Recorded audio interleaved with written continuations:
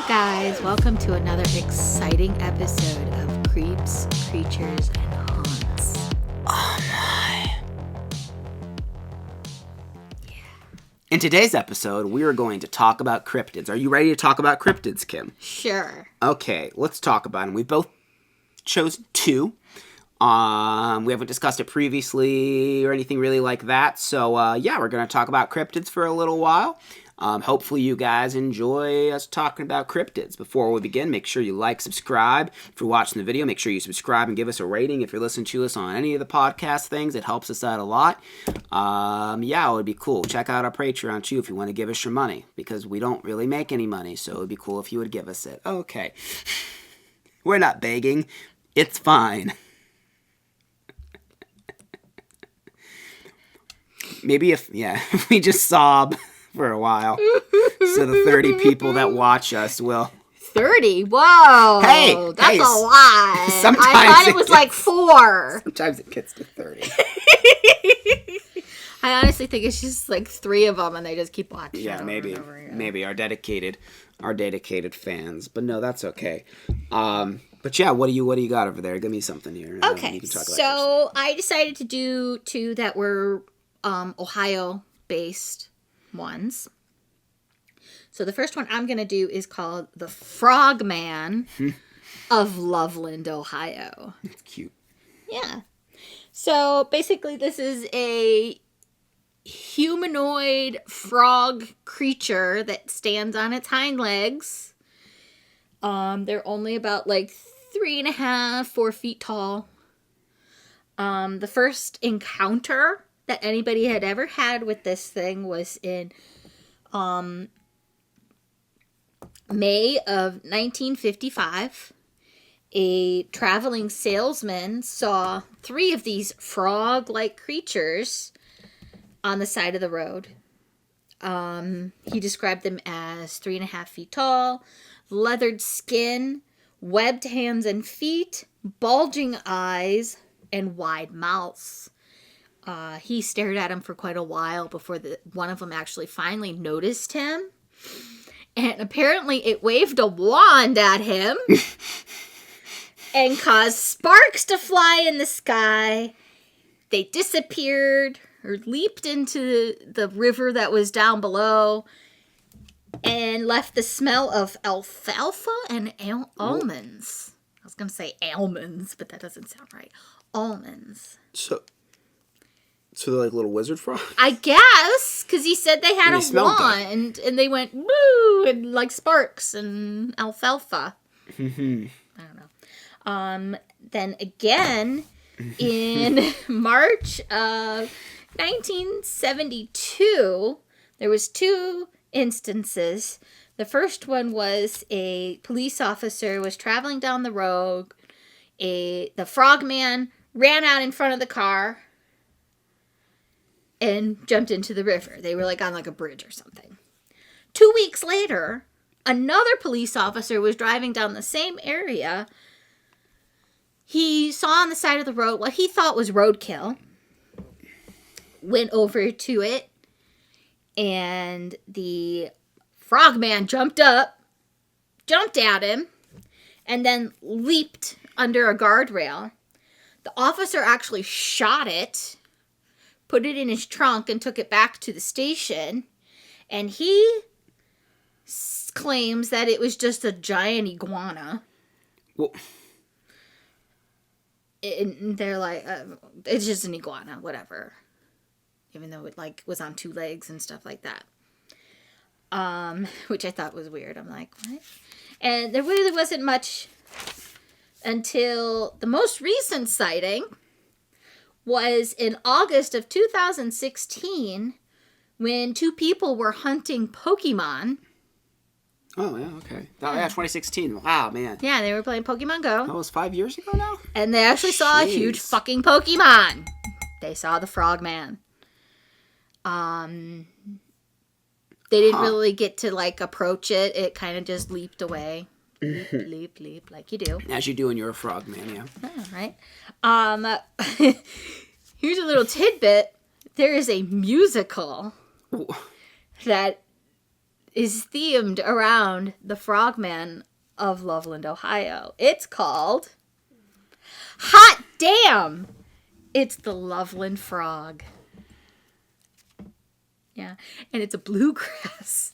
Of course it is. It's a bluegrass musical. So 1955, huh? That's when this Yeah, started. I was kind of surprised. Well, some people were saying that what they saw was because the year before Creature from the Black Lagoon came out, and they were like, people were like reporting that they were seeing, the Gill Man and stuff like that, and they thought that maybe these people were like still playing on that like they saw a Frogman or Gill Man or whatever like that. And so like everybody, like, there probably was more sightings than this that were reported, but like never really like right. Well, I mean, there's a lot of sightings of a lot of things. I guess you could say they never report. I mean, you like take like Bigfoot or something. right. There's a lot of people. I mean, they might report him, but like you're not gonna hear about it. The whole frogs with wands thing. I know. I'm like, I was very confused by that when I read it. I'm like, wait, so they waved a wand? Like None of the other reports say that there's a wand in there? No, all the other ones, they just said that it's just sitting on the side of the road, it gets up on its hind legs, and it leaps away. And how big is this bitch? 3 to 4 feet tall. 3 to 4 feet tall. Yeah, so they're little. I mean, that's a big frog, though. Yeah, it's a big fucking frog. Yeah. I mean, look, like here in Ohio, we like to dump things in rivers, especially around Cleveland. Like, I mean, our rivers catch on fire.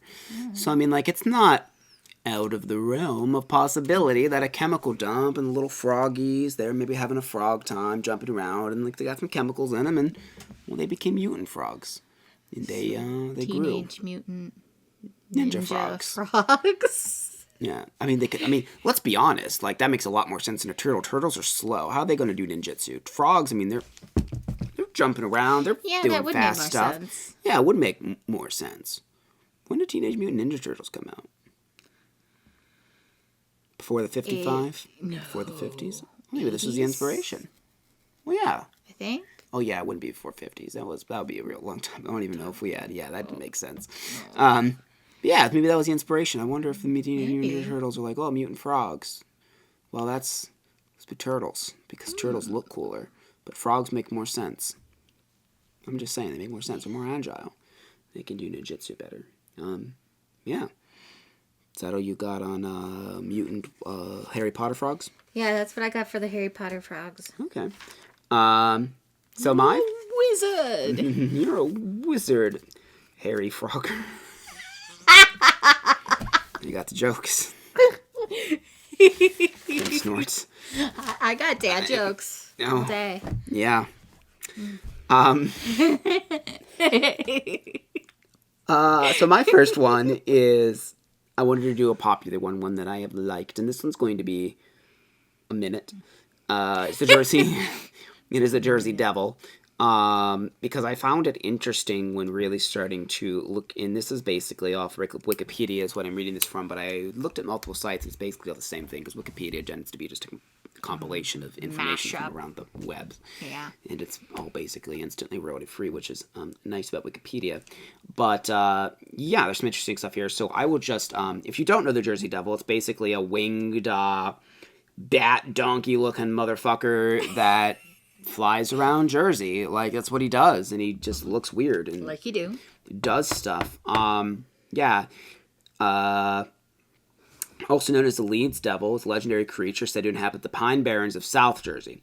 The creature is often described as biped with hooves, but there are many variations, as any good legend would. The common description is that of a bipedal kangaroo or wyvern-like creature with a horse or goat-like head, leathery bat wings, horns, small arms, and cloven hooves and a forked tail. Yeah, he's real fun looking. I mean, like, here's a little illustration of it. Ew. Yeah, he's fun looking. That's awful. So, origin of legend here. Mother Leeds' 13th child. According to popular folklore, the Jersey Devil originated with a Pines Barren resident named Jane Leeds, known as Mother Leeds. The legend states that the mother had 12 children. After finding she was pregnant for the 13th time, she cursed the child in frustration, crying that the child would be a devil. Because I guess she was just like so upset that she was having this child, and like the birth was rough, so she was just like, this child's gonna be a devil. If I had 12 kids, I'd be kind of like, That's a lot of kids. So 1735 is when she had it. Of course, it was a stormy night.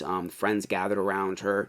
Born as a normal child, the 13th child changed to a creature with hooves, a goat's head, bat wings, and forked tail. So it came out a baby, and then it turned into a demon. I don't know how quickly it transformed, but it did. It growled and screamed and beat everyone with its tail. So it was whipping people with its tail before flying up a chimney and heading into the pines.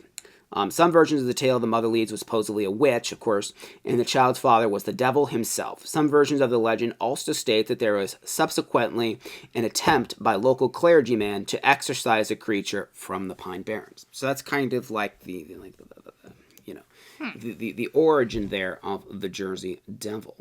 Prior to the early 1900s and before the series of reported sightings of the creature during 1909, the Jersey Devil is referred to as the Leeds Devil or the Devil of Leeds, either in connection with the Leeds family or the southern New Jersey town Leeds Point. Mother Leeds has been identified as Deborah Leeds on grounds that Deborah Leeds' husband, that's a name, Japhet Leeds, named 12 children in the will he wrote during 1736, which is compatible with the legend because, again, it's supposed to be the 13th kid.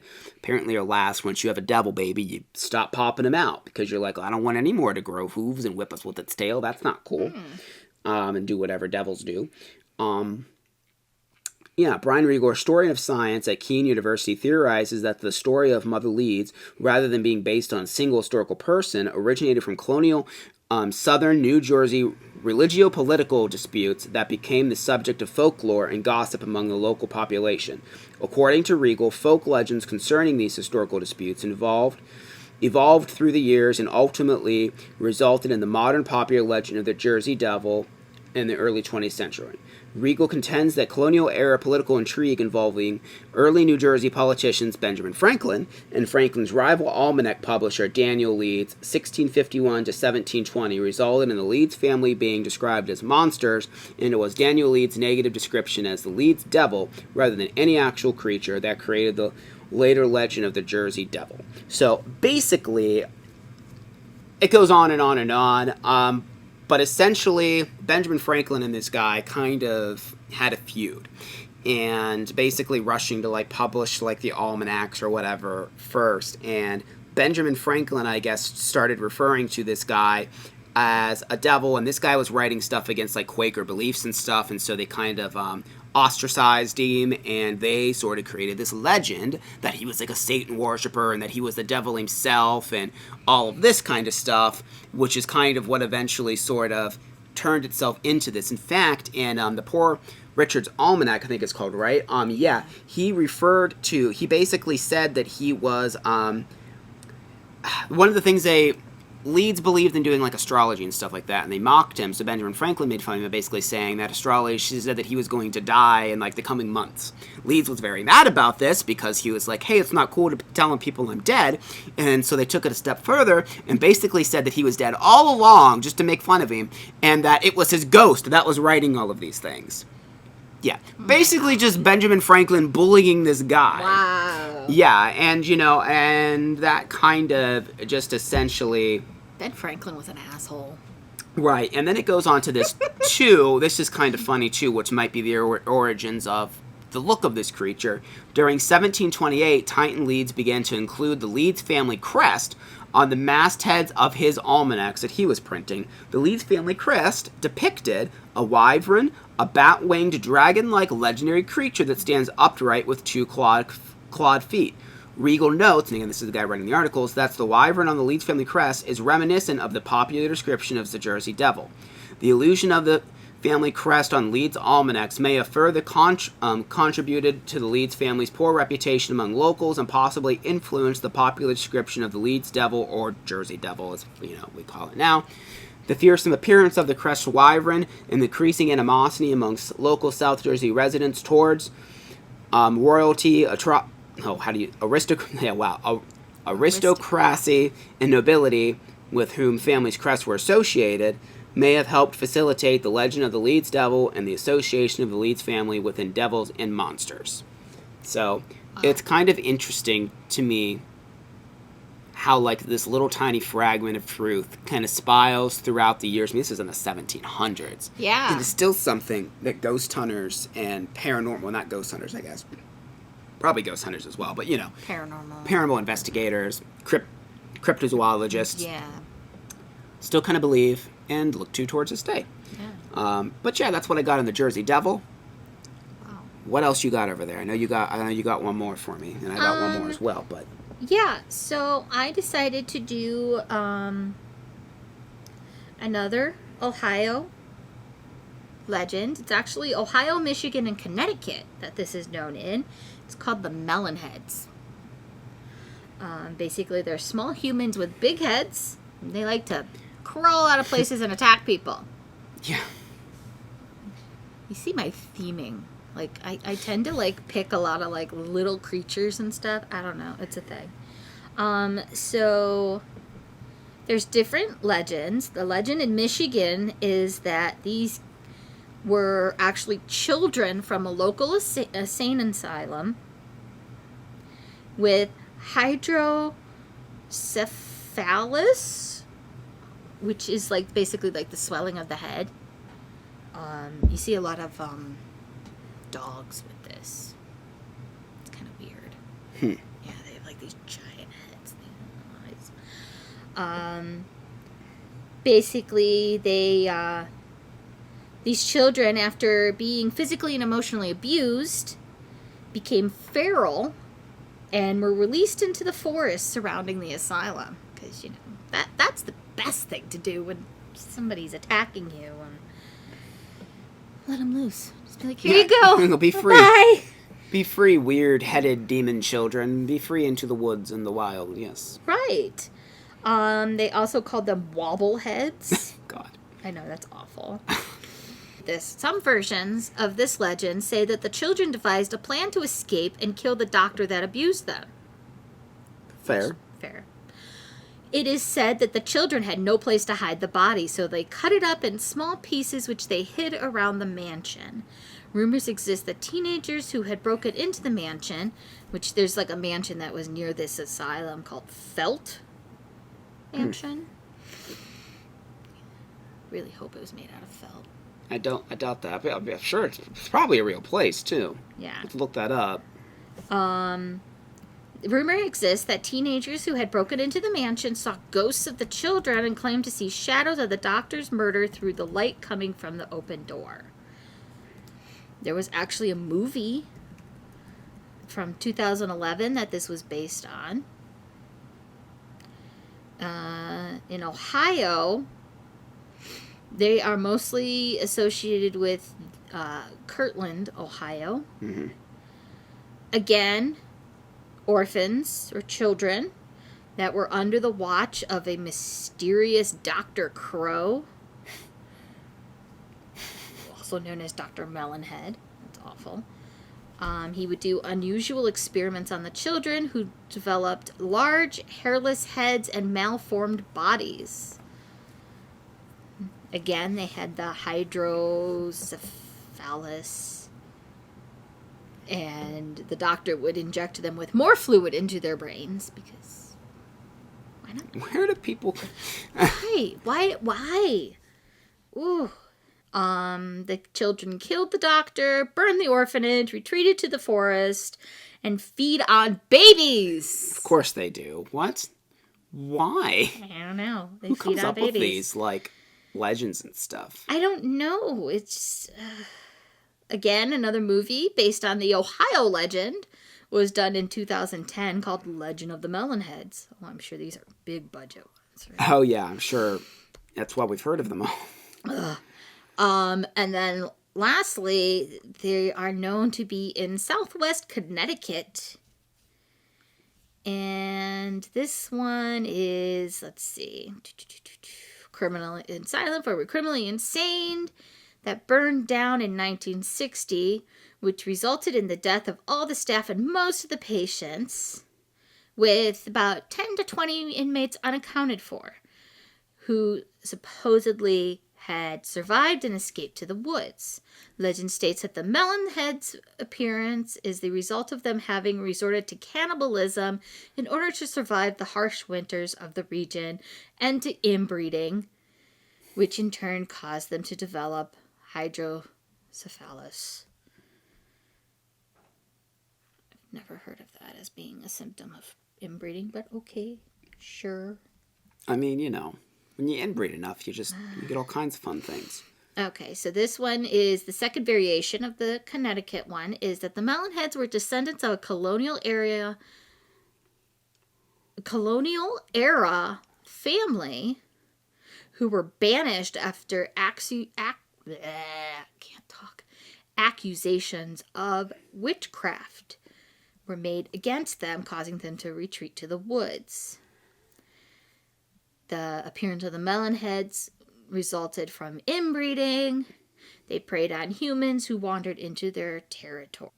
Basically, they're just big-headed children that like to eat people. I don't know. I know it's a popular legend. It is a popular legend. In Ohio. I've definitely heard them before. I haven't looked up much. Are they still supposed to be seen? Yeah. They've been seen quite a bit, actually. Well, quotation marks. Seen. Seen. I mean, if you see somebody that might have a big head, you never know. I mean... Right. Yeah, but... It's weird. There's more. There's multiple states, too. I see, Michigan, Connecticut, Ohio. Yeah, the fact that 3 different states have, kind of the same legend is kind of weird. I feel like they're aliens. They're probably aliens. If they're how would you know, if all these, horrible, experiments and stuff happened? I don't think there's, official documents, saying it. This has to just be all folklore. Yeah. Because, Little Green Men and the Greys, they all have those big heads. Right, and that's what you hear lots of reports all over the world. Maybe, Ohio and, these, freaking, what do you want to, yeehaw states and stuff. I don't know, there's a lot of, what a good place to, high, Ohio, there's so much, untouched land and stuff, too, just so much openness. I feel like it's one of the good states to, be in. But you see so many UFO sightings and stuff in, Nevada and that, but that's just because it's, such open skies, but, Well, that was one of the reasons why Ohio was such a big stop on the Underground Railroad, was because there was so many places you could hide. Right, exactly. And it was a free state, too, which a lot of people don't realize. That's why we have so many cryptids you hear about, too, is because, if cryptids are... Well, obviously some cryptids are real, because anything, I guess, can technically be a cryptid. And there's so many species that are discovered all the time, especially in, deep sea life and stuff. Yeah, because there's so many creatures and, animals that have not been discovered that they're, discovering every freaking day. And it's who knows? These could be real things. Right. They just haven't, been able to, capture one so they can study it. Yeah. Well, I doubt these fucking kids are real, but if they are, it's probably aliens. It's probably aliens, honestly. I feel like the most fun cryptids are the ones that probably just aren't real. But, yeah, except Mothman. He's fucking real. Oh, yeah. And Mothman's so real. We're not covering Mothman, but, yeah. Okay, so I'm reading a little bit more on this. Mm-hmm. And so apparently a lot of the Connecticut-based legend of this Melonhead thing all center around a secluded rustic or single-lane dirt road known as Dracula Drive. Okay, where do we find monsters? On Dracula Drive. Of course we do. It just says that it's just a spooky little road that these Melonheads walk on. That's it. Right, yeah. If anybody's going to hang out on a creepy street called Dracula. Yeah, I feel like there should definitely be vampires there. Yeah, that would make sense.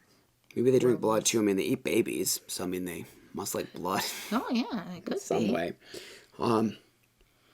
Yeah.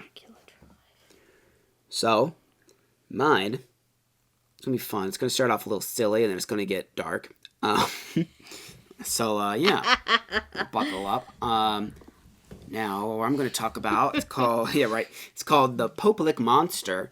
Now this creature thing is Louisville, Kentucky area, so whenever we finally make it to, Yeah, crap, the place I want to go, Kim. Waverly Hills. Whenever we make it to Waverly Hills, we gotta go look for the Poplick Monster. Well, maybe not, actually. But he's more commonly, I guess, he's more commonly known as the Goat Man. So Poplick Monster or Goat Man is like the two names.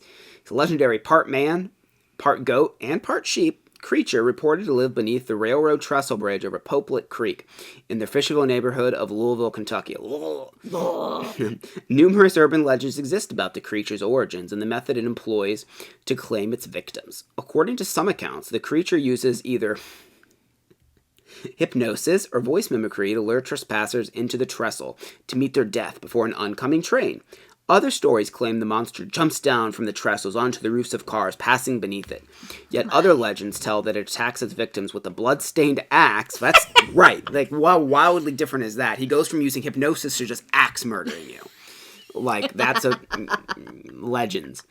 And that very sight of the creature is so unsettling that those who see it while walking across the high trestle are driven to leap off. So you see the thing and you yeet off a cliff. You're like, nope, too scary, and you just kill yourself, It's kind of very H.P. Lovecraftian there. Yeah, really. Other legends hold that the monster is a human-goat hybrid and that it was a circus freak who vowed revenge after being mistreated. In one version, it is said the monster escaped after a train derailed on the trestle. Another version, commonly told by locals of the area, claims that the monster is really this is my favorite, is a twisted, reincarnated form of a farmer who sacrificed goats in exchange for satanic powers. Okay. You're just a farmer, and one day you're like, you know what? Milking these cows just ain't good enough. Let's get some Satan powers. Let's do Satan shit. I want to be hands-free. We're just gonna go like that and milk it. The area have turned into a site. It's like a sightseeing for legend tripping and stuff. So, people like us, they really like to go there. There have been a number of deaths and accidents at the trestle since its construction, despite the presence of an 8-foot fence to keep thrill seekers out. There is common misconception that the trestle was abandoned and no longer used. In reality, the bridge carries a major rail artillery into Louisville. Heavy freight trains cross the bridge several times daily, so it is easy for someone to get caught atop while an oncoming train barrels down. And there's, of course, signs telling you not to do that and that. There have been films made about the place. The Legend of Poplick Monster, the 16-minute, $6,000 film. That's really low budget. But I mean, it's a short film. More budget than we usually have. So... Our budget's like $6, not $6,000. Right. Yeah, exactly. So then I did find this article, and so this is just kind of an interesting little thing. Standing on a long and narrow train trestle 90 feet above the ground, Ohio tourist David Nee gazed in shock at the train barreling down a hill toward him and his girlfriend that they hadn't heard. Now it was about 40 feet in front of them, quickly closing the gap. Nee, a 6'1" martial art instructor who regularly lifts weights, shifted into survival mode. He jumped over the side of the Poplick train trestle, gripping the structure's metal edge with both arms and one leg, while the other leg dangled. So basically, he just jumped off and just hung there, all like Indiana Jones like. I love how they have to describe right. The martial arts and I lift weights Yep. But unfortunately, his 26-year-old girlfriend Roquel Bain was not as athletic, and she got plowed by the train, shooting her 80 feet before she hit the ground. She did not live through this experience, obviously, because she was hit by a freight train. They found her body in a grassy field shortly before sunset on April 23rd. Norfolk Southern Police charged Nee with misdemeanor trespassing on railroad property, according to a citation filed in Jefferson County District Court last month. He said, and I quote, "I understand that a law was broken, so there's always accountability for that, but in this circumstance, it's already so bad," Nee said. "My life is basically destroyed. I'm mentally crushed."